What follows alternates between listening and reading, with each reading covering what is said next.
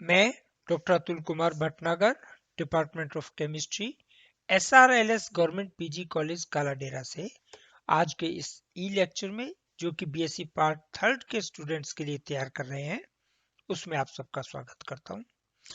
आज जो ई वीडियो है वो एक नया टॉपिक शुरू कर रहे हैं, क्लासिफिकेशन ऑफ कार्बोहाइड्रेट। जो शर्करा है उसका वर्गीकरण।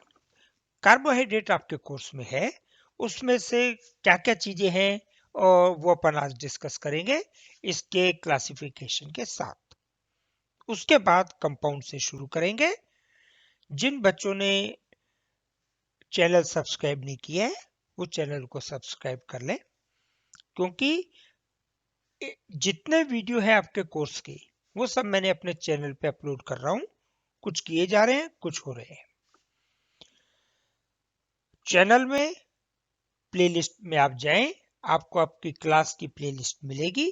आपके कोर्स के हिसाब से बिल्कुल क्लासिफाई कर दिए कौन सा लेक्चर आपकी काम का है और कौन सा किसी और क्लास का। तो आप अपनी क्लास का चैनल खोलें, उसमें वीडियो पड़े हुए हैं, उन्हें देखें। हर वीडियो में उसकी पीडीएफ उसके डिस्क्रिप्शन में अटैच कर दी है लिंक उसका। तो पीडीएफ का लिंक आपको आपकी वीडियो के डिस्क्रिप्शन में मिलेगा। डिस्क्रिप्शन में खोल के लिंक को आप क्लिक करेंगे तो आपको पीडीएफ खुल जाएगी। अब आज का जो नया चैप्टर है वो अपन शुरू कर रहे हैं कार्बोहाइड्रेट। सबसे पहले ले रहे हैं क्लासिफिकेशन, शर्करा का वर्गीकरण। शर्करा का वर्गीकरण उसकी यूनिट के आधार पर किया गया है। यदि किसी शर्करा में एक ही यूनिट जुड़ी हुई है, एक ही यूनिट है, तो उसे अपन क्या कहते हैं?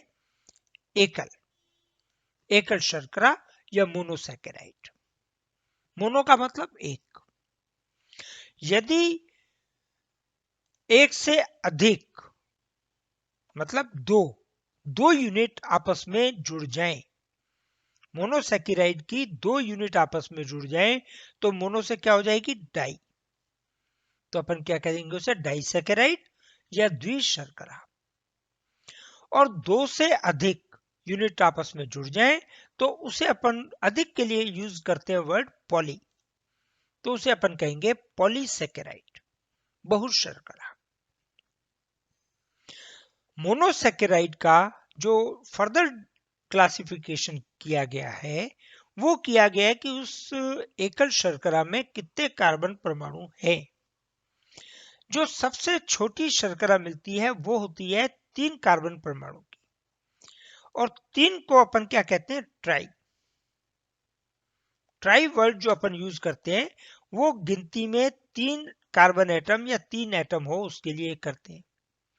और OSE ये जो अपन यूज कर रहे हैं OSE, ये OSE अपन सभी शर्करा के लास्ट में यूज करेंगे, सभी शर्करा में। तो ये क्या होगी? 3 कार्बन एटम की शर्करा है तो अपन क्या कहेंगे? ट्रायोस। यदि 4 कार्बन की शर्करा है तो 4 के लिए क्या यूज करते हैं? टेट्रा। तो ये हो जाएगी टेट्रोस। 5 कार्बन एटम है तो पेंटा। शुगर कौन सी हो जाएगी? पेंटोस। और 6 कार्बन एटम है तो अपन यूज करते हैं हेक्सा, तो उसमें कौन सी हो जाएगी? हेक्सोस। आपके कोर्स में हेक्सोस है, इसके कंपाउंड आपके कोर्स में जिनको अपन डिटेल में डिस्कस करेंगे। अब इन्हीं सभी शर्कराओं को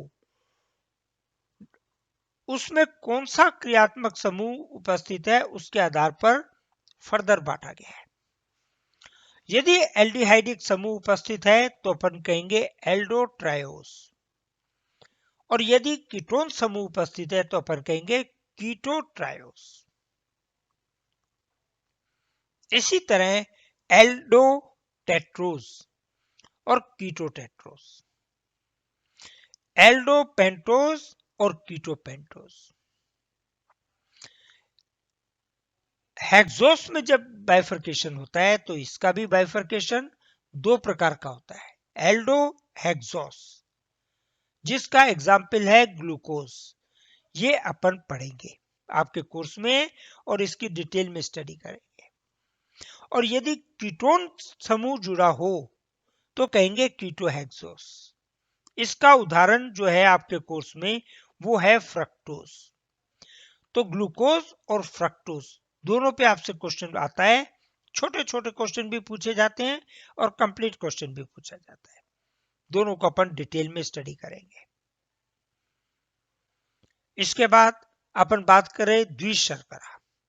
तो द्विशर्करा में तीन कंपाउंड आपके कोर्स में है। एक कंपाउंड है माल्टोज।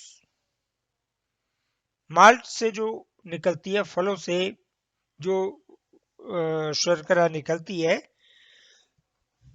माल्टोज। दूसरी है सुक्रोज और तीसरी है लैक्टोज।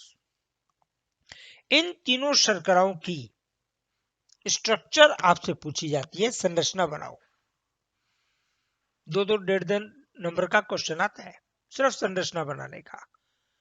तो इनको भी अपन स्टडी करेंगे। पॉलीसैकेराइड भी आपके कोर्स में है। पॉलीसैकेराइड में 2 शर्करा हैं जिनकी आपसे स्ट्रक्चर पूछी जाती है। पहली है स्टार्च और दूसरी है सेलुलोज। तो आपसे बहुत छोटे छोटे क्वेश्चनों में पूछी जाती है। तो माल्टोज, सेलुलोज, सुक्रोज या स्टार्च, लैक्टोज या कोई भी एक शुगर दे दी, तो इन शुगर में से कोई भी 2 शुगर देके आपसे उनकी संरचना बनाई जाती है कि इनकी चक्रीय संरचना बना, केवल स्ट्रक्चर बनानी है और उसके नंबर है। ये तो हुआ इसका क्लासिफिकेशन। अब जो शर्करा है वो 2 प्रकार की अपने को मिलेगी। एक को अपन कहते हैं डी ग्लूकोज या डी शर्करा। तो ये जो OH समूह है, कौन सा OH समूह की श्रृंखला में सबसे नीचे से दूसरे कार्बन एटम पर, ये पहला एटम क्योंकि है इस पे क्रियात्मक समूह जुड़ा हुआ है, और दूसरा ये, तीसरा ये, चौथा ये, पांचवा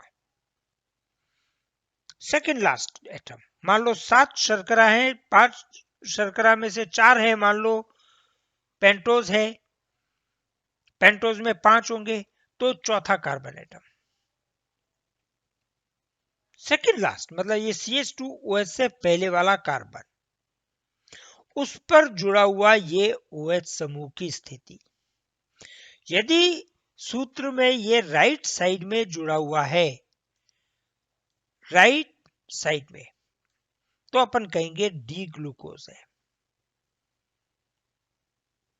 फिर आपको बता दूं, ये कार्बन की श्रृंखला, इसमें सेकेंड लास्ट कार्बन एटम, उस पर OH का ओरिएंटेशन, OH का विन्यास।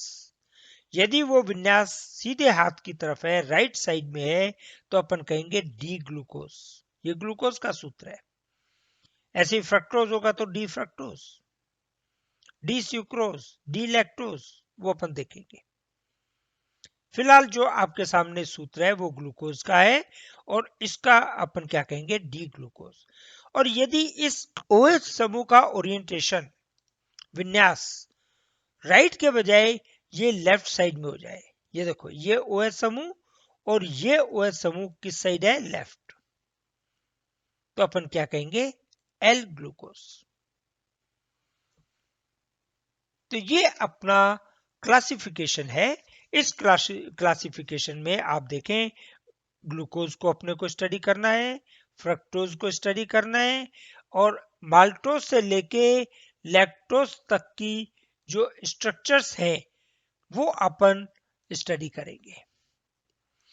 प्लस स्टार्च और सेलुलोज, इन दोनों की स्ट्रक्चर जो है वो अपन स्टडी करेंगे। ये आपसे पूछी जाती है, पूरे नंबर देके जाता है चैप्टर, ध्यान रखना, और बहुत इजी है, ये आपको करना है। इसके साथ मैं आज का जो वीडियो है वो वाइंड अप कर रहा हूं। नए वीडियो में अपन शुरू करेंगे ग्लूकोज से। ग्लूकोज, उसकी संरचना, उसमें छोटे छोटे क्वेश्चन पूछे जाते हैं, वो आपको मैं बताऊंगा, उन्हें आप अलग से तैयार करें। इसकी रिएक्शंस के आधार पर इसकी अभिक्रियाएं होंगी। ठीक इसी प्रकार अपन फ्रक्टोज को करेंगे। और ये चैप्टर आपका छोटा सा चैप्टर है, ज्यादा लंबा चैप्टर नहीं है। इसके साथ मैं आज का ये वीडियो वाइंड अप कर रहा हूं। Thank you.